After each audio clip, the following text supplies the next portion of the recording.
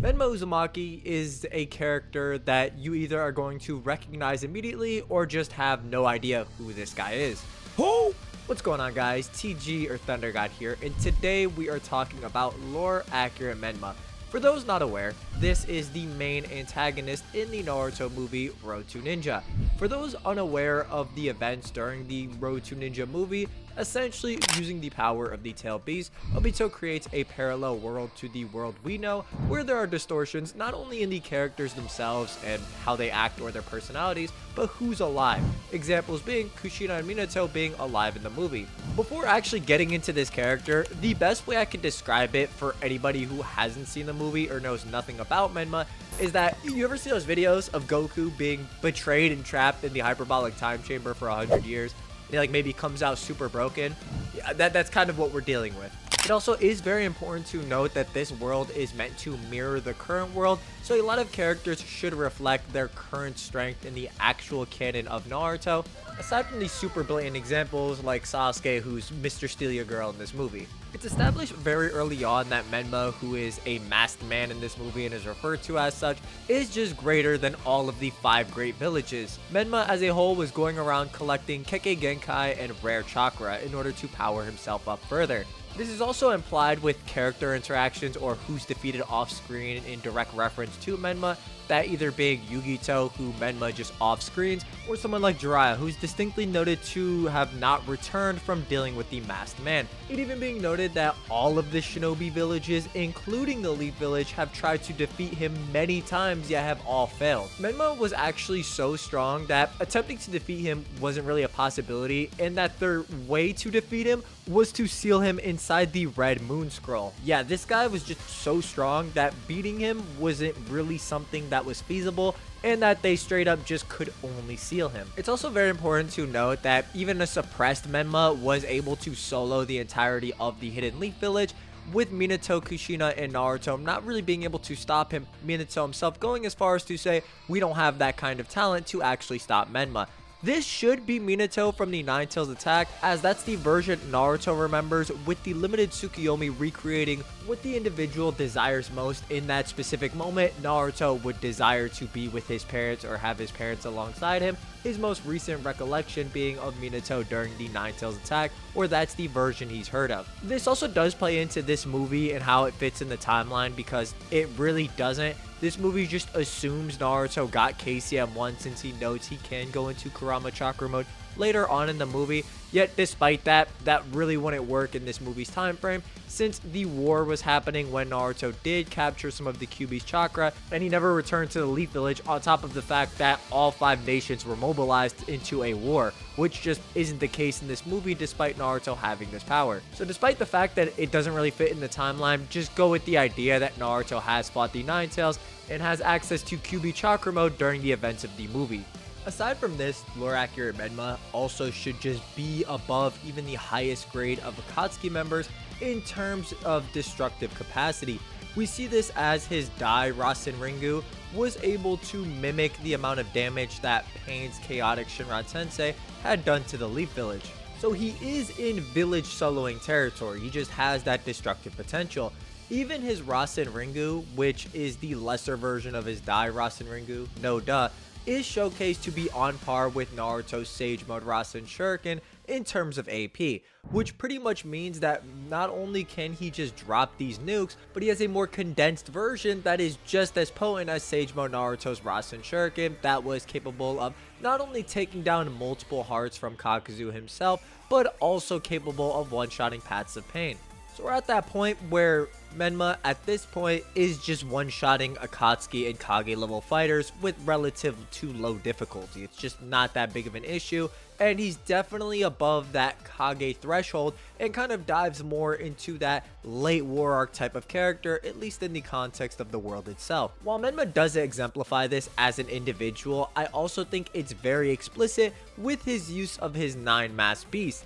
These are the chakra beasts that emerge from the mandala that Menma summons that are pretty ridiculous in terms of feats, These beasts are not only able to overwhelm the entirety of the Leaf Village, including Naruto, who is just Kakashi level at this point in the series, but also have unique abilities among them that make it so he's able to combat multiple Kage level fighters at a time. For example, the monks are able to create barriers that can restrain Minato and other Leaf Shinobi, with the Grim Reaper capable of slicing Minato and 3 other Jonin chakra to 0 or near 0.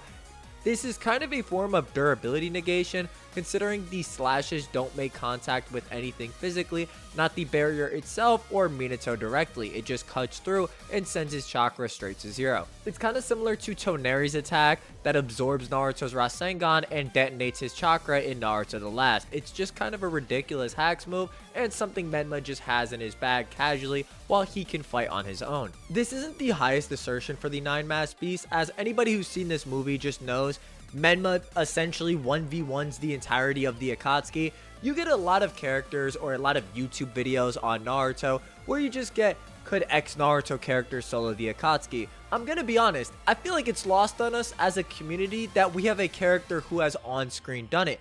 Each of Menma's 9 masked beasts are capable of combating an Akatsuki member for a prolonged period of time, although to be fair, they are inevitably defeated. However, it is also fair to note that they were just capable of stalling the Akatsuki, including the Diva Path of Pain, with a lot of these masked beasts just scaling to the Akatsuki in terms of stats. For example, the bird is comparable or relative in speed to Deidara in the air, or the Grim Reaper is relative to base Kisame as it's capable of dodging his sword swings. So in terms of stats, these masked beasts do stack up, but when you combine it with the fact that they do have their own distinct abilities and that Menma can fight alongside them, he's just not getting stopped. On top of this, when the 9 masked beasts are defeated, they actually aren't dead per se, they're just rendered incapacitated or immobile and revert back to their fox forms.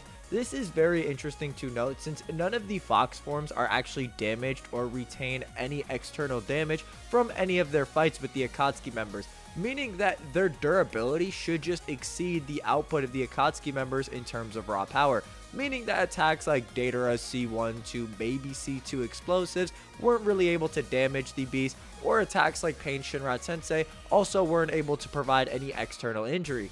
I'd make the case that at least using the attacks the Akatsuki members used against them in the movie, the 9 masked beasts do scale above the Akatsuki or a good portion of the Akatsuki members in terms of durability, at least in reference to the attacks we see in the movie, maybe not in terms of higher end attacks for these respective Akatsuki members. It's also worth noting that once Menma actually does retain control again of the 9 masked beasts, that they actually are able to move again. So there may also be a time limit aspect to the 9 masked beasts and how long they can actually operate, at least off the basis that at any point Menma could have also reactivated them to fight the Akatsuki members. And this does make a bit of sense as the 9 masked beasts are each comprised of 1/9 of the 9 tails chakra. We're going to touch on Menma's use of the 9 tails chakra and what exactly we see with it, but it is pretty impressive, at least as a chakra control feat, that Menma is able to either apply some external ninjutsu to the 9 tails chakra or just manipulate it in such a way to where the chakra itself takes form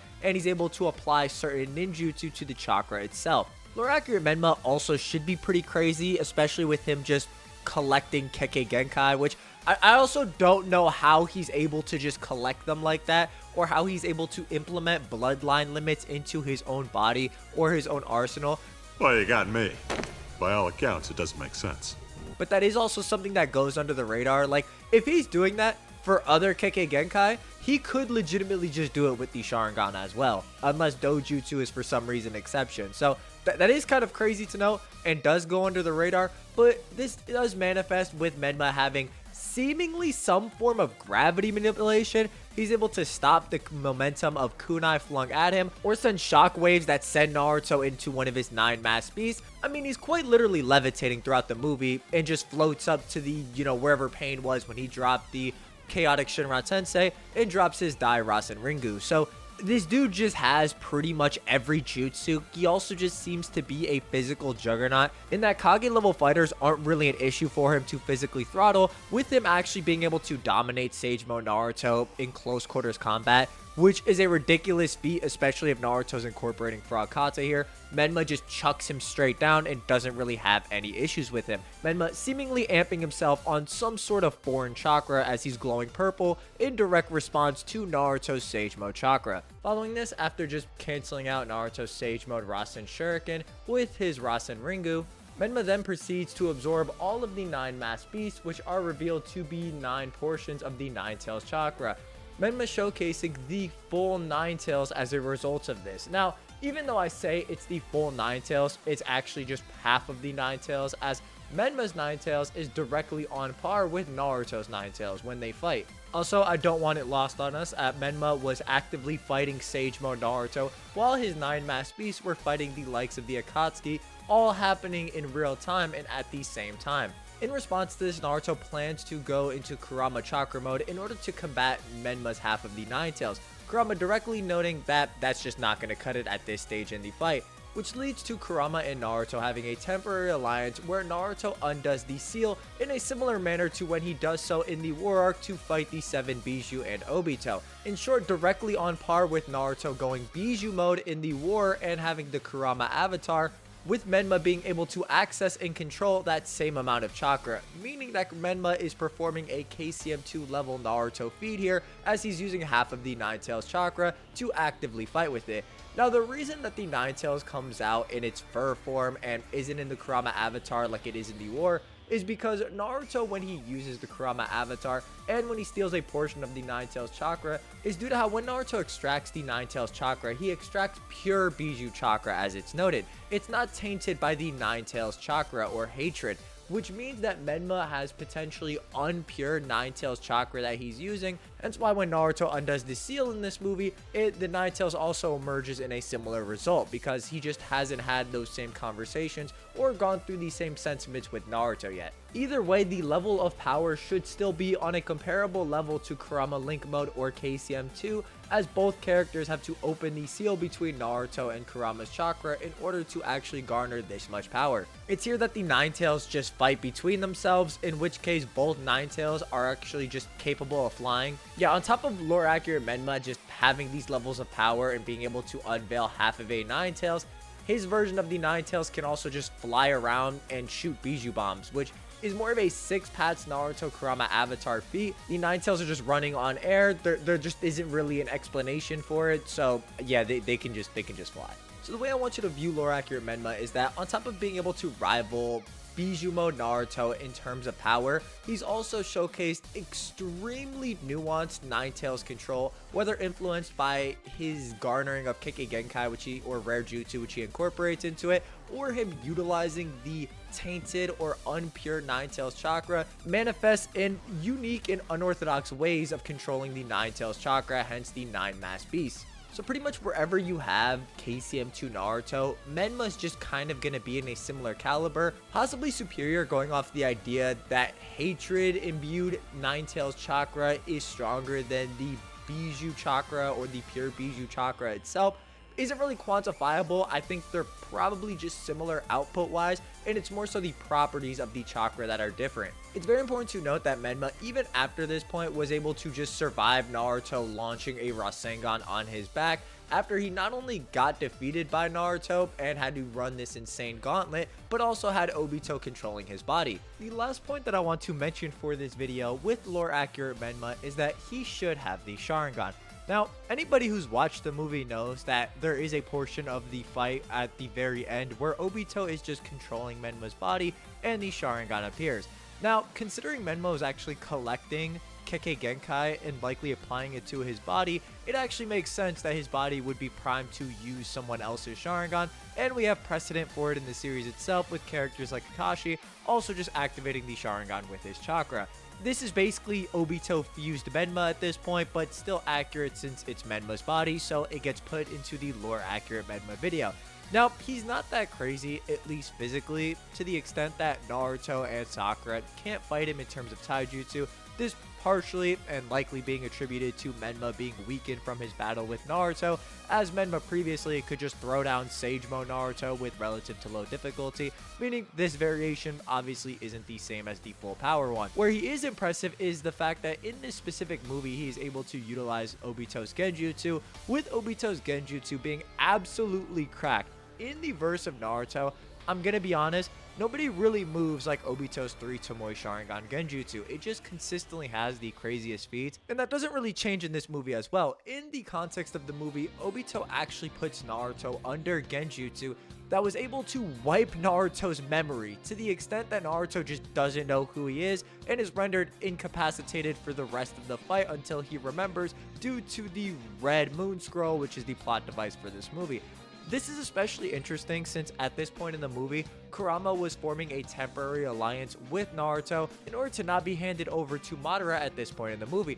However, this Genjutsu was so potent that not only does it wipe Naruto's memory completely, but despite the fact that Kurama was still temporarily working with Naruto at this point in the movie, was still unable to wake Naruto up from Genjutsu, as anybody who's read Naruto or been around the block knows that perfect Jinchuriki or Jinchuriki who are friends with their Bijou or partners can actually be broken out of Genjutsu by the Bijou in question. Yet this Genjutsu was so potent, and Naruto, on top of just getting his memory wiped, was unable to be broken out by the Nine Tails. So lore accurate Menma also has access to this ridiculously broken Genjutsu feat by Obito as well, if you're giving him everything in his arsenal. Lore accurate Menma has the scaling to be on par with Kurama Link Mode, Bijou Mode, or KCM2 Naruto, the firepower and AoE to surpass Pain himself, hacks and abilities that make Itachi and Minato sweat bullets. He really is just this crazy OC character. Like, when you talk about Naruto characters getting beat by plot,